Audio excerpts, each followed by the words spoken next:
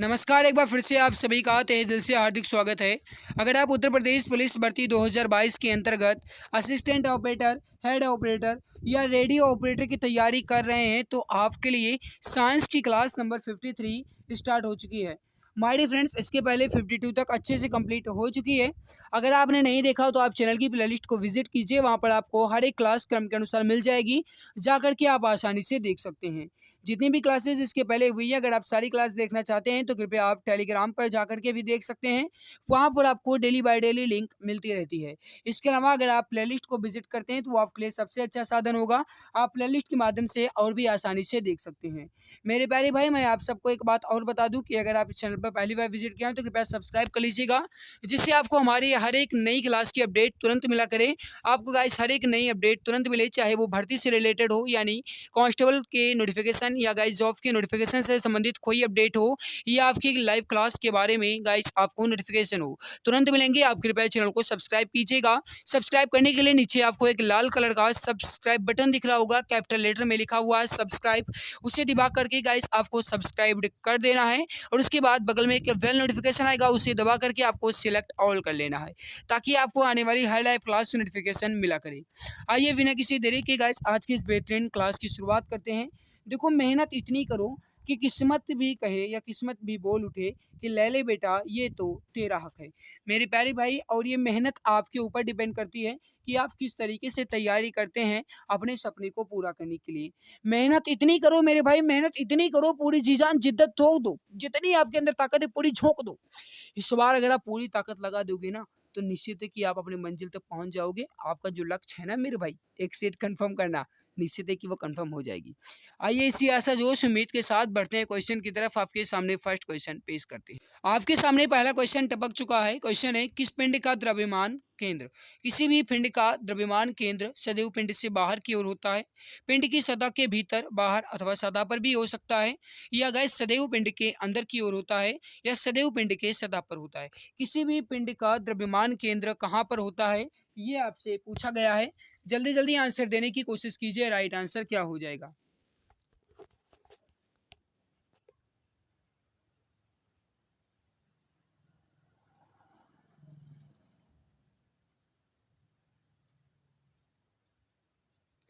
याद रखना, किसी भी पिंड का द्रव्यमान केंद्र या तो सतह के भीतर होगा, या बाहर, या गाइस सतह पर भी हो सकता है।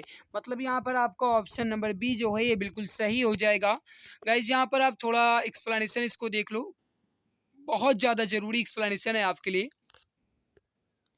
देखो, वस्तु का द्रव्यमान जो है गाइस जो उसके वितरण पर निर्भर करता है।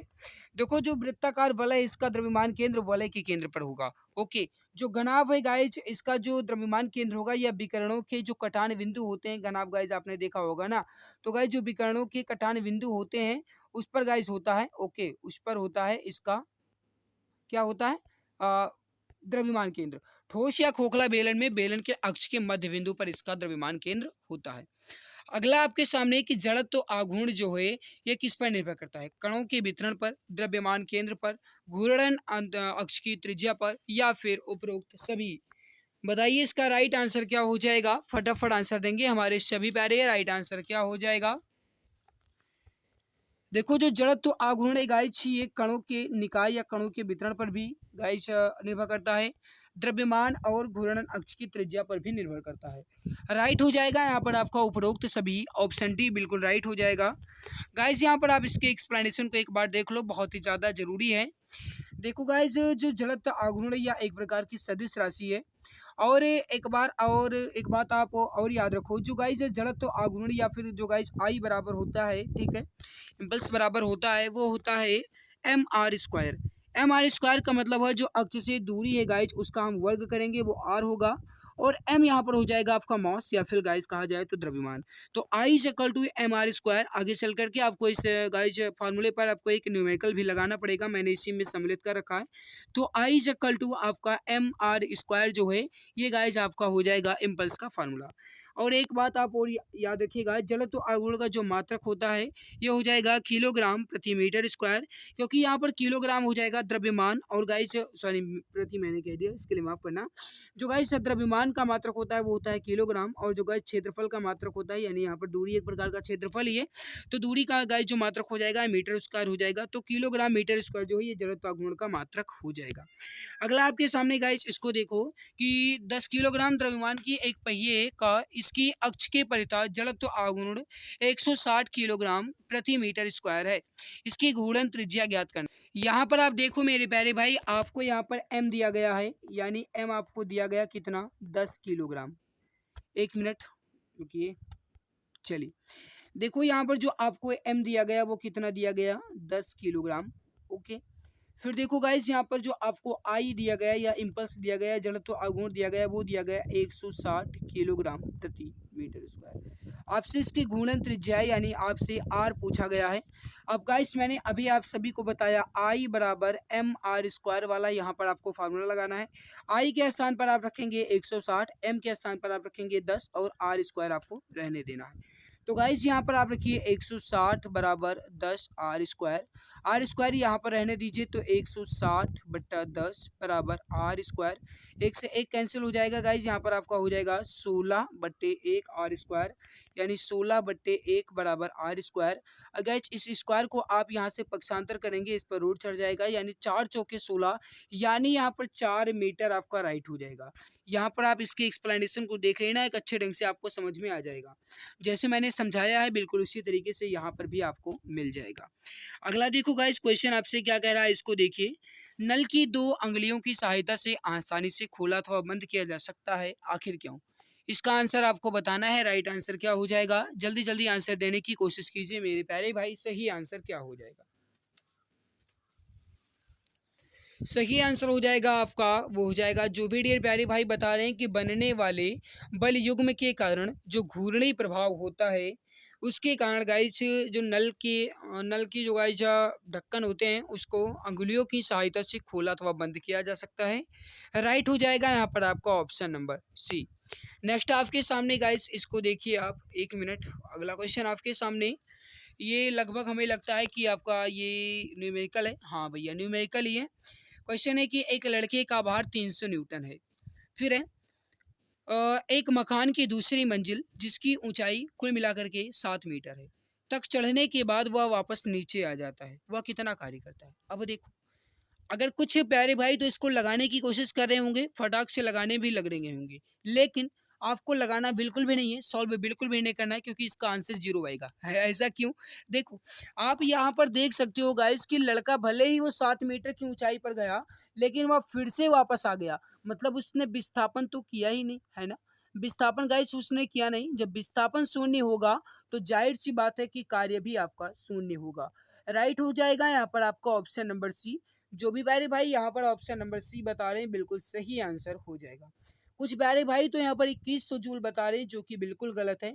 हाँ मैं मानता हूँ यहाँ पर आप W बराबर FS वाला फार्मूला लगाए होंगे, लेकिन बिल्कुल गलत है, क्योंकि गाइस यहाँ पर विस्थापन हुआ ही नहीं, तब आप फार्मूला भी नहीं लगा सकते हैं। तो अगला क्वेश्चन आपके सामने गाइस देख लो, यहाँ पर अगर प्रारंभिक तथा अंतिम बिंदु समान है तो विस्थापन शून्य होगा, और अगर डिस्प्लेसमेंट शून्य होता है तो ये बात बिल्कुल सही है कि गाइस जो कार्य है ये पूर्ण रूप से क्या होगा, अरे भैया शून्य होगा, मतलब 0 जूल होगा।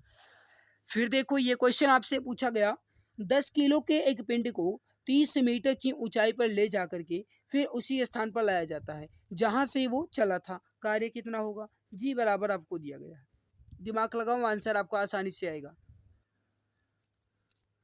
अभी मैंने आपको बताया कि अगर डिस्प्लेसमेंट शून्य है तो कार्य शून्य होगा। यहाँ पर आप देख लो गाइस कि जहाँ से पिंड चला और आ करके वो फिर से वहीं पर टिक गया, फिर से वहीं पर रुक गया, तो कार्य कितना होगा भैया? जब विस्थापन या डिस्प्लेसमेंट ही शून्य है तो कार्य भी आपका शून्य होगा, यानी ऑप्शन डी यहाँ पर आपका बिल्कुल राइट होगा। जो भी प्यारे भाई मित्र यहाँ पर ऑप्शन नंबर डी बता रहे हैं 0 जूल, बिल्कुल सही हो जाएगा। हमारे हिसाब से आपको एक अच्छे ढंग से समझ आ रही होगी, समझ में आ रहा होगा। अगर नहीं आ रहा है तो कृपया एक बार क्लास को दोबारा भी आप देख सकते हैं, किसी भी पिंड द्वारा किया गया कार्य जो है ये बल एवं बल की दिशा में जो विस्थापन होता है उसके गुणनफल के बराबर होता है, क्योंकि W बराबर एफ एस होता है। एफ यहाँ पर आपका हो जाएगा फोर्स, एस बराबर होता है आपका यहाँ पर गाइस जो डिस्प्लेसमेंट होता है या विस्थापन होता है, इसका गुणनफल बराबर होता है आपका वर्क। चूंकि पिंड को अपने पूर्व स्थिति में पुनः ला दिया जाता है तो उसका विस्थापन शून्य हो जाएगा, और अगर विस्थापन शून्य हो जाता है तो कार्य भी आपका शून्य हो जाएगा। अगला क्वेश्चन आपके सामने गाइस की 1 जूल बराबर कितने अर्ग।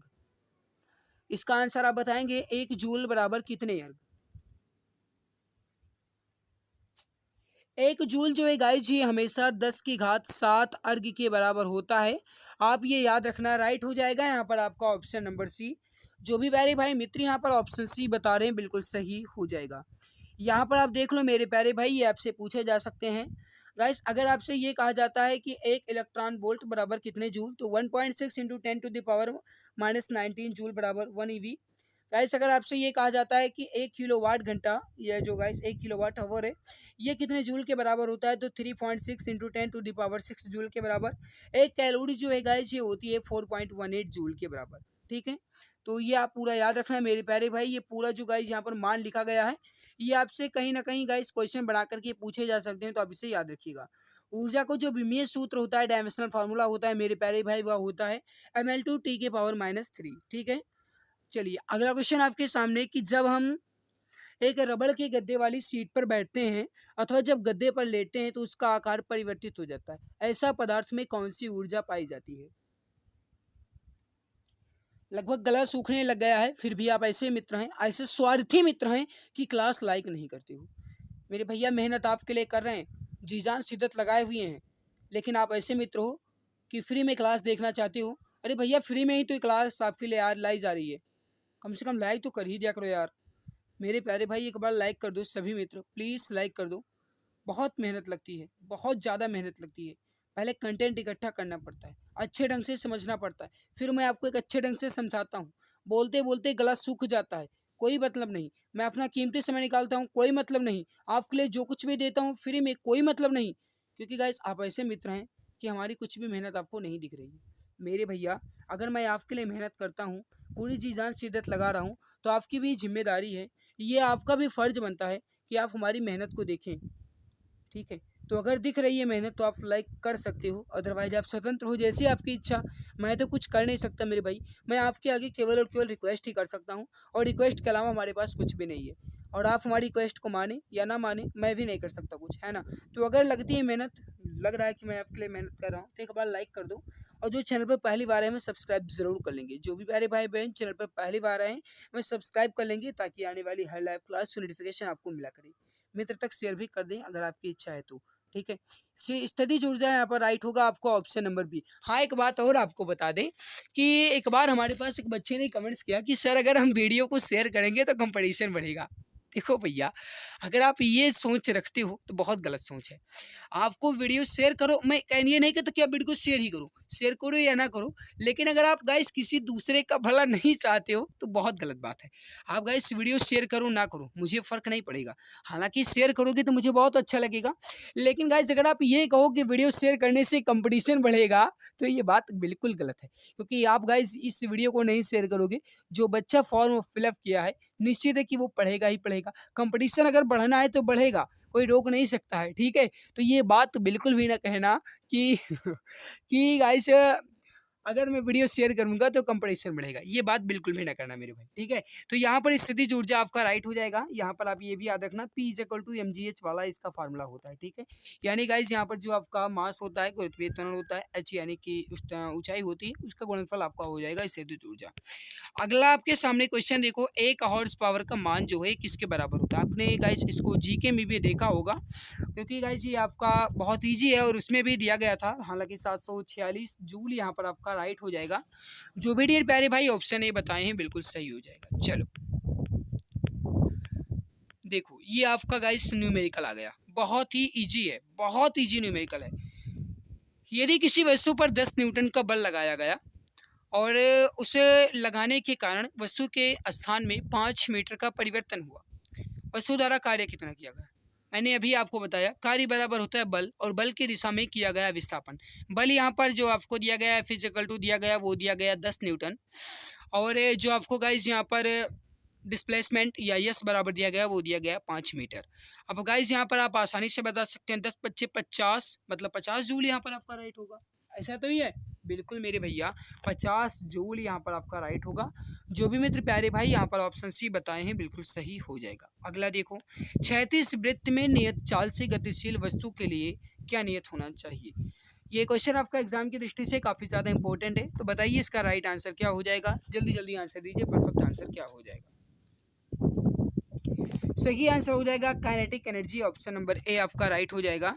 अगला आपके सामने गाइस क्वेश्चन, इसको देखिए। मैं थोड़ा तेज चलूंगा गाइस क्योंकि हमारे हिसाब से बहुत ज़्यादा समय हो जाएगा, तो आपके लिए उचित बिल्कुल भी नहीं होगा। इसको देखिए, सूची फर्स्ट को सूची सेकंड के मिलान करके नीचे दिए गए संकेतों के अनुसार कोड भाषा का प्रयोग करके सही उत्तर आपको चुनना है। यहाँ पर आपको गाइस वैज्ञानिक नेम दिए गए हैं, तो वहीं यहाँ पर आपको उनसे संबंधित कुछ उपकरण या खोज के नेम दिए गए हैं। आपको गाइस मिलान करके आंसर बताना है। पहला देखो, कॉपरनिकस ने गाइस किसकी खोज की। पहला तो आप बताइए कॉपरनिकस ने किसकी खोज की थी। थोड़ा इसके लिए समय लीजिएगा और आंसर दीजिएगा। कॉपरनिकस ने कहा था गाइस कि सूर्य केंद्रित सिद्धांत की खोज की, है ना। फिर देखो, केपलर ने ग्रह गति से संबंधित नियम दिए। गैलीलियो ने गाइस किसका नियम दिया, गुरुत्वाकर्षण का नियम दिया, है ना। और गाइस जो न्यूटन थे उन्होंने, एक मिनट मेरे भैया, एक मिनट, जो न्यूटन थे वो गाइस गुरुत्वाकर्षण के नियम से थे। थोड़ी गलती हो गई, माफ करना। ये गाइस गुरुत्वाकर्षण, और गैलीलियो ने बृहस्पति का चंद्रमा दिया, है ना।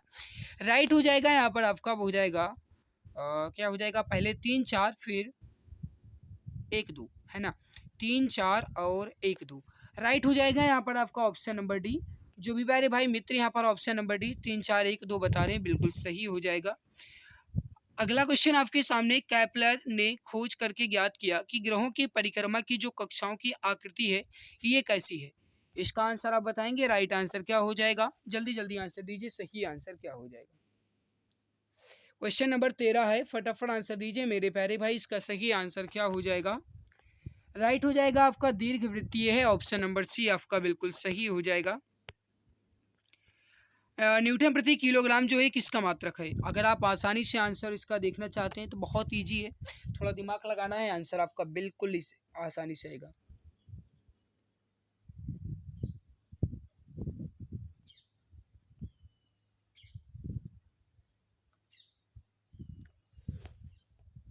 सही आंसर हो जाएगा, वो हो जाएगा गुरुत्वीय त्वरण का, ऑप्शन ए यहाँ पर आपका बिल्कुल राइट हो जाएगा।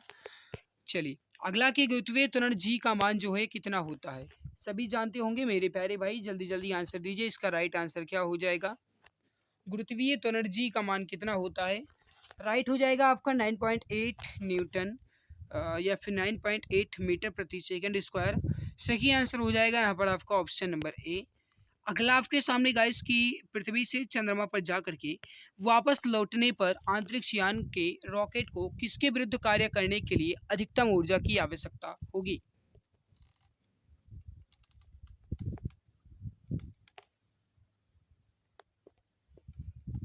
उड़ान शुरू करते समय पृथ्वी के गुरुत्व के विरुद्ध गाइस अधिक ऊर्जा की आवश्यकता होगी। राइट हो जाएगा यहाँ पर आपका ऑप्शन बी। बिल्कुल भी मन नहीं लग रहा है, बिल्कुल भी मन नहीं लग रहा है, क्या बताएं।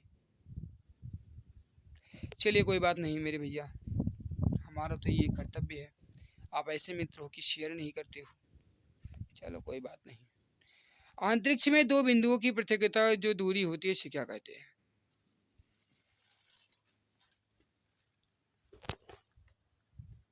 आयतन कहा जाएगा, याद रखना ऑप्शन ए आपका राइट होगा। यह क्वेश्चन आपके एग्जाम की दृष्टि से काफ़ी ज़्यादा इंपॉर्टेंट है।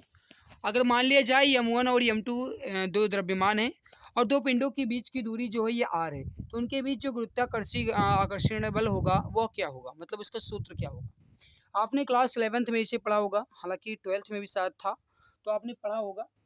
गाइस होता है आपका वो हो जाएगा, गुरुत्वाकर्षण आकर्षण बल होगा आपका हो जाएगा Gm1m2/r। राइट होगा आपका ऑप्शन बी, ठीक है। चलो अगला क्वेश्चन आपके सामने, माफ करना मेरे भाई, यहाँ पर जो आपका Gm1m2/r नहीं, क्योंकि गाइस यहाँ पर जो आपका दूरी होगी उसका वर्ग होता है, ठीक है। तो एक मिनट माफ करना, Gm1m2/r² होगा। ए आंसर आपका बिल्कुल राइट होगा। अगला आपके सामने गाइस ये क्वेश्चन देखो, थोड़ा न्यूमेरिकल टाइप है। क्वेश्चन है कि 5 किलोग्राम भार की वस्तु को 4 मीटर की ऊंचाई तक उठाया जाता है और उस वस्तु पर लगने वाले गुरुत्वाकर्षण बल के विरुद्ध कार्य करना जो कार्य होगा ये कितना होगा। अब आप थोड़ा दिमाग लगाना। पहले तो आप ये guys option number A and B को बिल्कुल कट कर दीजिए। ऐसा क्यों? ऐसा इसलिए क्योंकि गाइस यहाँ पर पहले ही बता दिया गया कि गुरुत्वाकर्षण बल के विरुद्ध कार्य किया जा रहा है, क्योंकि ये पृथ्वी की ऊंचाई से उठाया जा रहा है। तो गाइस जो मान आएगा आपका वो हो जाएगा माइनस में। ये बात आप याद रखना पहली बात। अगर गाइस ऊपर से नीचे गिरता है तो मान धनात्मक होगा, पॉजिटिव होगा, लेकिन अगर नीचे से ऊपर जाता है तो मान नेगेटिव होगा या फिर ऋणात्मक होगा। राइट होगा यहाँ पर आपका गाइस जो हो जाएगा वो हो जाएगा नेगेटिव जूल होगा या नेगेटिव कार्य होगा। ओके, फिर देखो 5 किलोग्राम भार की एक वस्तु है, दैट मीन्स यहाँ पर आपको गाइस जो एम दिया गया वो दिया गया 5 kg पहला। और गाइस जो आपको डिस्प्लेसमेंट दिया गया वो दिया गया 4 मीटर, यानी यहाँ पर आपको गाइस जो एच है वो कितना दिया गया है 4 मीटर।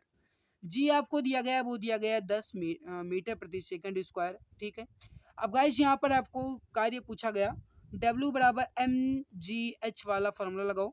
एम आपका 5, जी आपका 10 और एच आपका 4। 5 दाम 50, 50 चौके कितना हो जाएगा 200। तो 200 जूल जो कि माइनस में होगा क्योंकि गाइस यहाँ पर गुरुत्वाकर्षण बल जो है ये उसके विरुद्ध कार्य कर रहा है। राइट हो जाएगा यहाँ पर आपका ऑप्शन नंबर डी। अगला देखो गाइस, किसी लोलक में L/T² का मान कितना होगा। किसी भी लोलक में L/T² का मान कितना होता है, या क्वेश्चन आपके एग्जाम की दृष्टि से इंपॉर्टेंट है तो फटाफट आंसर दो। राइट आंसर क्या हो जाएगा, किसी लोलक में L/T² का मान कितना होगा। सही आंसर हो जाएगा आपका वो हो जाएगा 0.248 मीटर प्रति सेकंड स्क्वायर। सही आंसर हो जाएगा आपका ऑप्शन नंबर वी। ठीक है, अगला कि निम्न में से कौन सा सरल आवर्त गति का लक्षण है। निम्न में से कौन सा सरल आवर्त गति का लक्षण है, इसका आंसर आपको बताना है। राइट आंसर क्या हो जाएगा, गति आवर्त गति बिल्कुल सही है।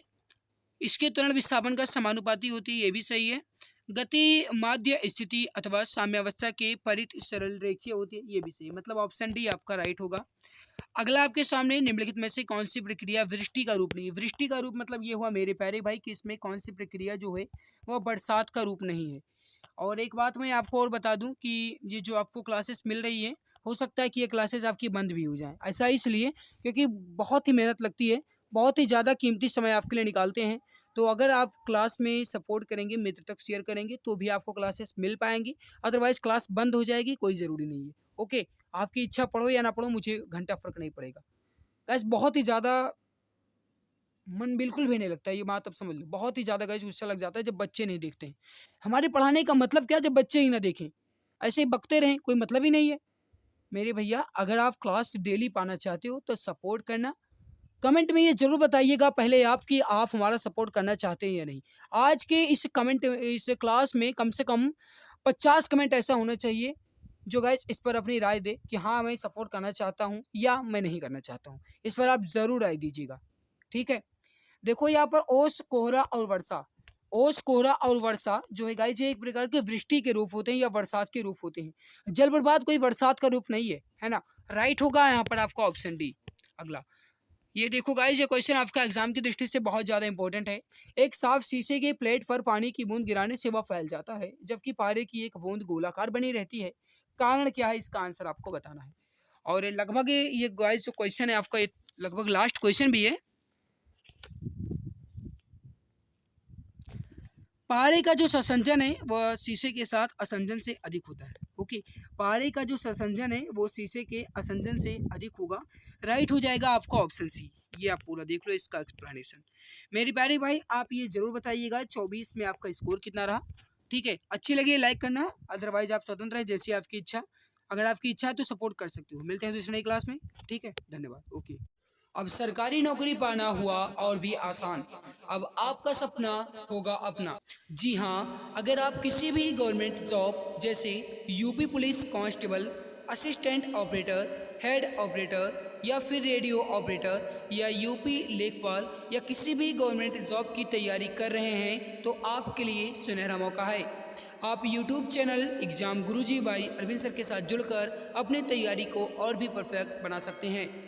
इस चैनल के माध्यम से आपको free live classes, recorded classes और गवर्नमेंट जॉब के नोटिफिकेशन आपको टाइम टू टाइम अपडेट मिला करेंगे।